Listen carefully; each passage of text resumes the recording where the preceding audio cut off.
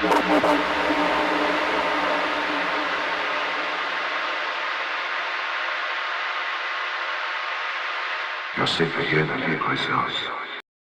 reaching a pretty, large percentage or portion of people who were either already on board with what's going on in the world. In other words, they were awake, or there were people that were becoming aware, because there's a difference between being aware and being awake. So being aware is kind of like you're sensing that something's off, right? Whereas awake, something is off and you can actually point to specifics. So I was, so I geared it that way. It was basically an approach where I was trying to get as many people on board as I possibly can. So, at 12:36 a.m. in the morning on May 4th, 2 days ago, they tanked the blog. They shot it. Treacherous attack in the middle of the night by Google. And that's what they do, because they want you. It's psychological. They want you to wake up, and they want to rattle you, which I'm not rattled. I have been doing this. Well, the blog since early 2012. I've been doing YouTube and podcasting and presenting my research since 2014. That's 9 years ago. So, you become very used to their tactics. So nothing surprises me anymore. So I just looked at that and I said, okay, well, I got to shift gears and we're going to go do something else, someplace else, to continue to get this information out. But then they had a link in the original email on the 4th and said, if you wish to appeal this. So I said, appeal it. Now, in the past, when you do this on YouTube, which is also owned by Google, an appeal process is completely senseless, useless. It's a waste of time, because they don't they've never reversed anything for me. When they've taken my videos down or censored them or age restricted them over the years, and I appealed their decisions, the videos were never reinstated. We found the same thing with Amazon in appeals and Patreon in appeals. It doesn't go. I'm convinced it goes nowhere. I think it's just it's a dead link. Well, but, go ahead. I wasn't even given that. Patreon didn't even give me the option of appealing. Yeah, they just said you're out of here. And when I tried to question them, Phil told me that's. I was basically talking to a robot. They were giving me. That's what it was. It was boilerplate robot responses that I got out of them.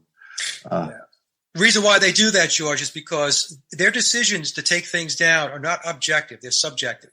So when you go back to them and say, okay, look, what exactly was the problem?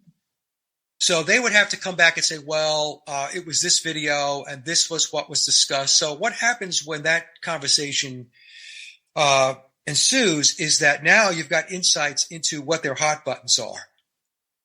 Right. So they're not going to tip their hat. So they're not going to say, it's your videos on the COVID-19 hoax, psychological operation, or it's your videos that are talking intelligently. By the way, I should say this, on my blog, I don't put bombastic stuff up there. I work very hard to make sure that the information that's going up is presented in an intelligent way and in an even keel way in order to get the counterpoints or the alternative views across. So they don't like, they didn't like the C-19 hoax being discussed. That was something that they were going after everybody, not just me on that. They don't want you talking about the transgender agenda.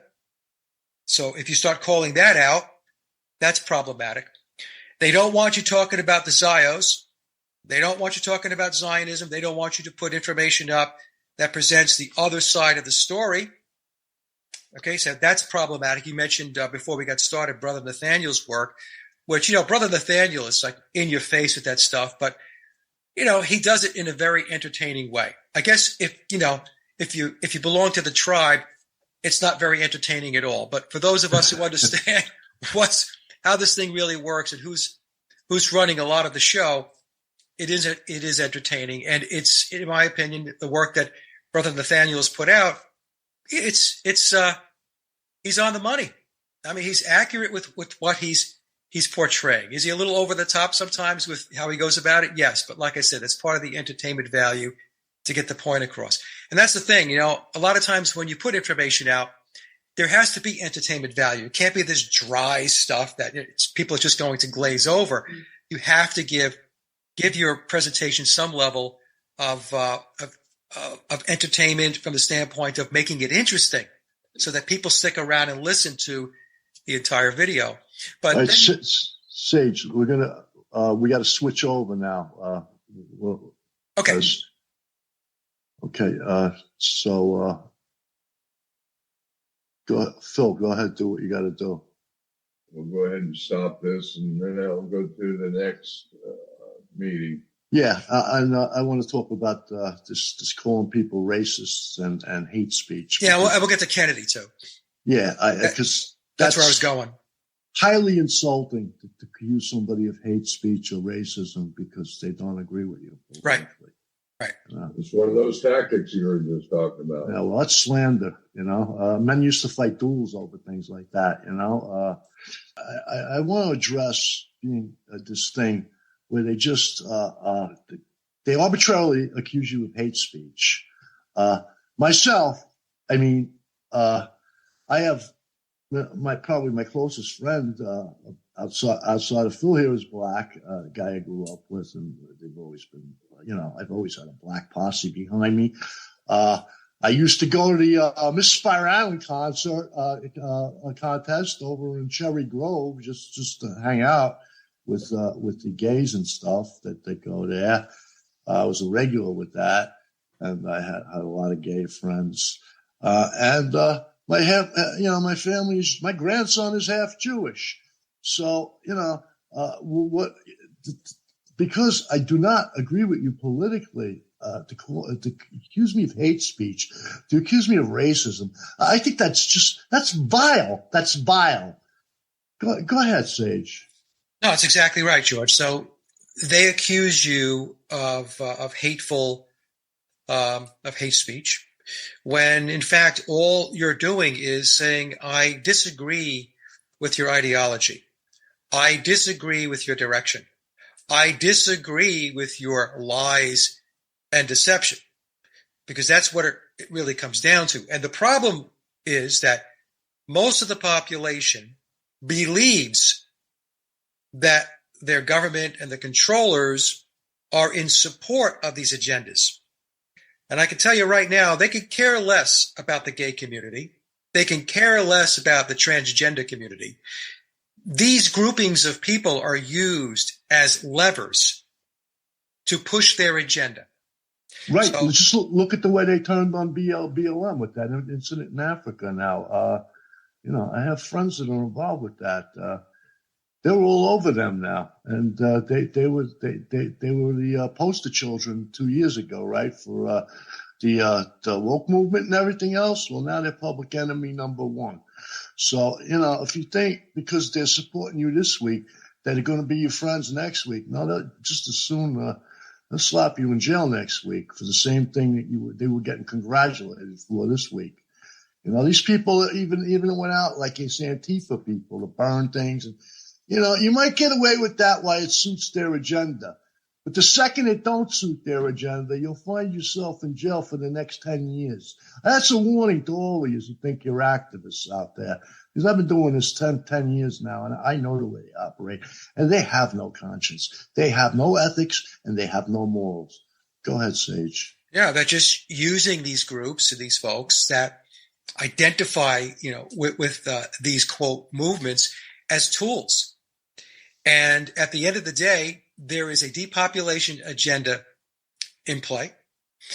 And what many of these folks are going to find out is that it doesn't matter whether you're straight, gay, transgender, or whatever else you consider yourself to be. Everybody's going to be on the same target, you know, as far as depopulating the population. So, you know, so transgenders are not going to be saved, gays are not going to be saved, straights are not going to be saved, blacks are not going to be saved, because that's where they're going. They want to whittle this thing down. And in fact, many of the minions and flacks that are out there that are the mouthpieces for the controllers and the World Economic Forum, what they're going to find out too is they are also disposable, because they are being used at this moment in time as useful idiots. And they're going to be tossed overboard as at the point when their usefulness to support the agenda and push it forward expires. Right. So this is the problem that most people have. They attach themselves to groups. They affiliate themselves with political parties and, different, subcategories within subcategories. And this is all, by the way, this is right out of the Tavistock playbook, right out of their playbook.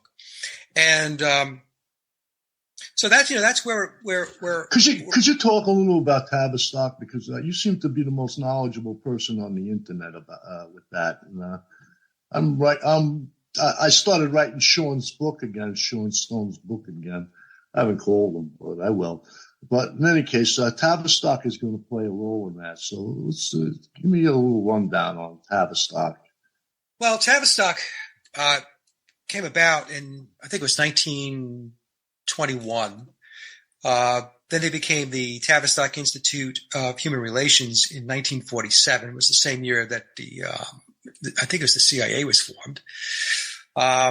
Tavistock is located in London. It's part of the controlling system that comes in under the Crown. And they are in the business of social engineering. That's their role. And so it's brainwashing, it's conditioning, it's to social engineer the entire world, all of the societies and the cultures. And it's to do it in order to move the world into a one world governance.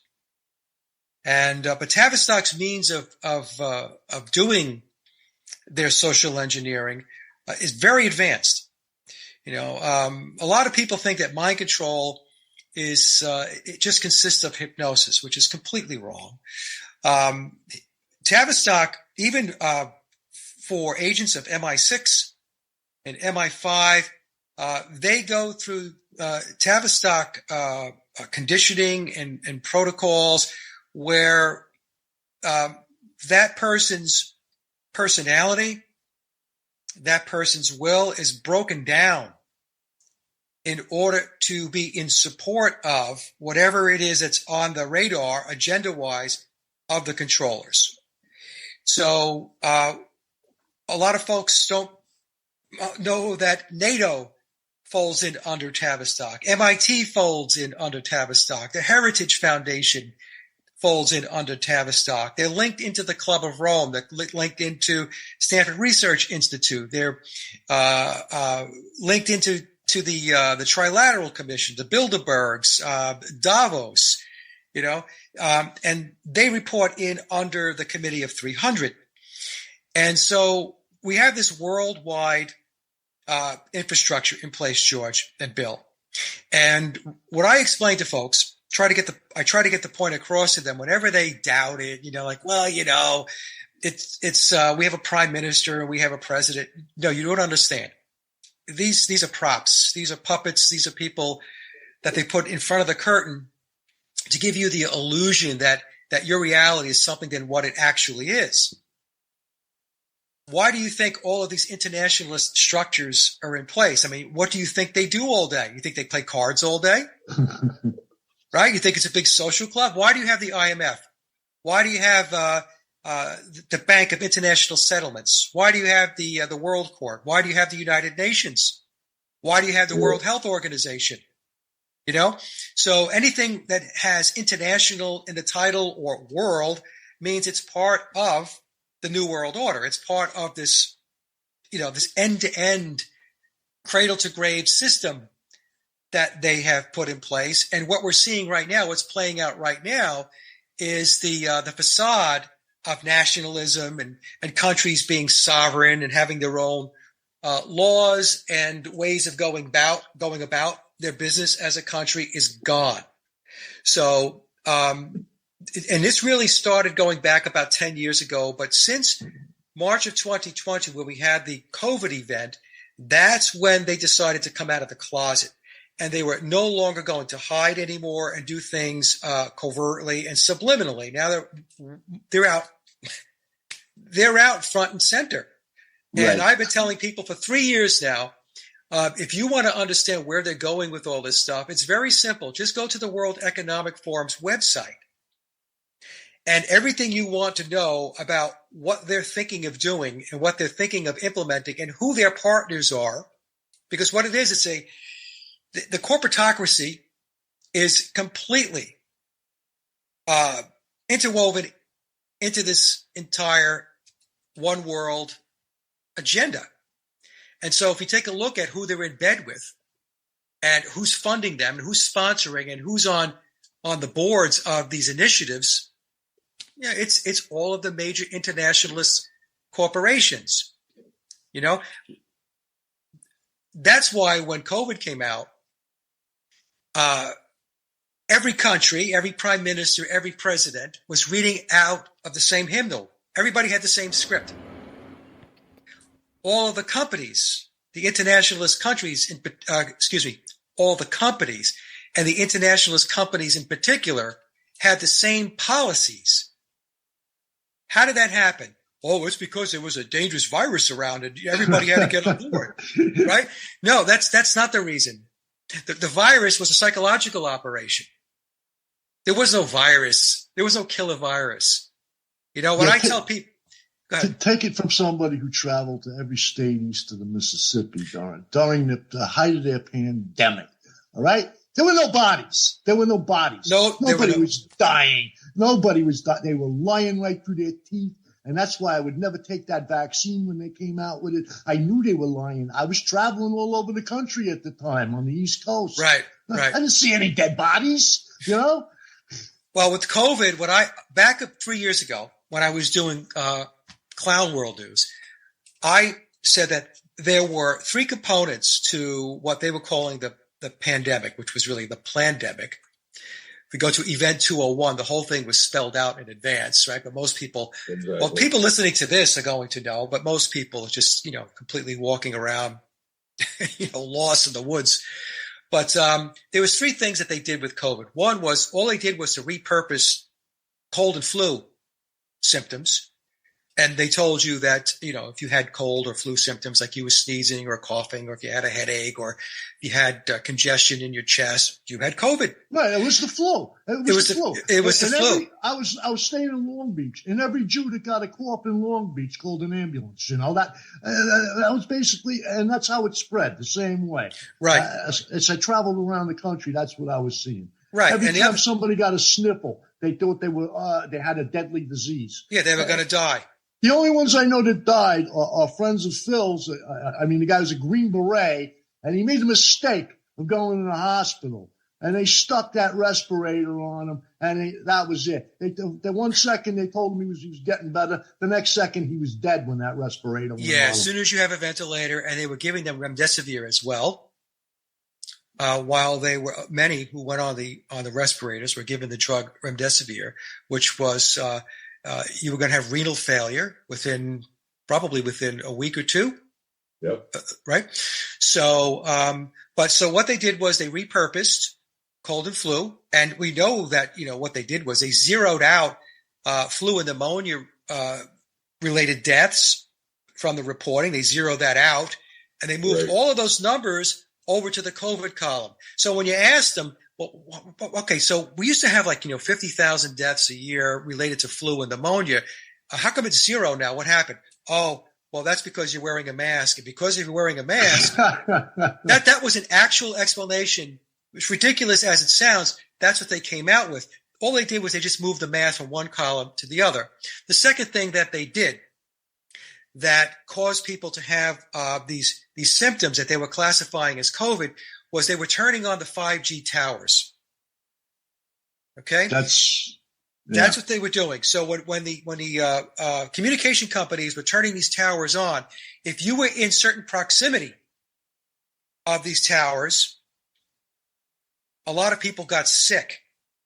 And radiation poisoning the symptoms or the signs of radiation poisoning are almost identical to cold and flu. So that was part 2 of their plan. So the first part was to repurpose cold and flu symptoms. Part 2 was they knew they were turning these towers on. And if you live near these towers, then in all likelihood, you were going to get some level of feeling ill. Now, some people are more susceptible to radiation and electromagnetic frequency, EMF, than others. But look, if you live close to these towers, there's a high probability that you are not going to feel well. That's why when they talk about long COVID, to me, long COVID means you live near a tower. And yeah, the symptoms are going to persist. The third thing that I think they did, now some people will, not agree with this, but I think that they did do this. I think they picked very specific cities, towns, geographies. And I think that in all likelihood, they did release something. Sarin gas. That was what I was told by people in the intelligence. Oh, really? Okay. So I thought maybe it was through the water supply. A diluted solution of sarin gas is what they were using. Yeah. So I think that they did that, George and Bill, because what they needed to do, they needed to prop up their PSYOP, and they actually needed certain areas, towns, cities, locations, or whatever, to point to and say, see what's going on over there? There's a lot of people going to the doctors. There's a lot of people going to the hospitals and not feeling well. But if you go back in time and you take a look at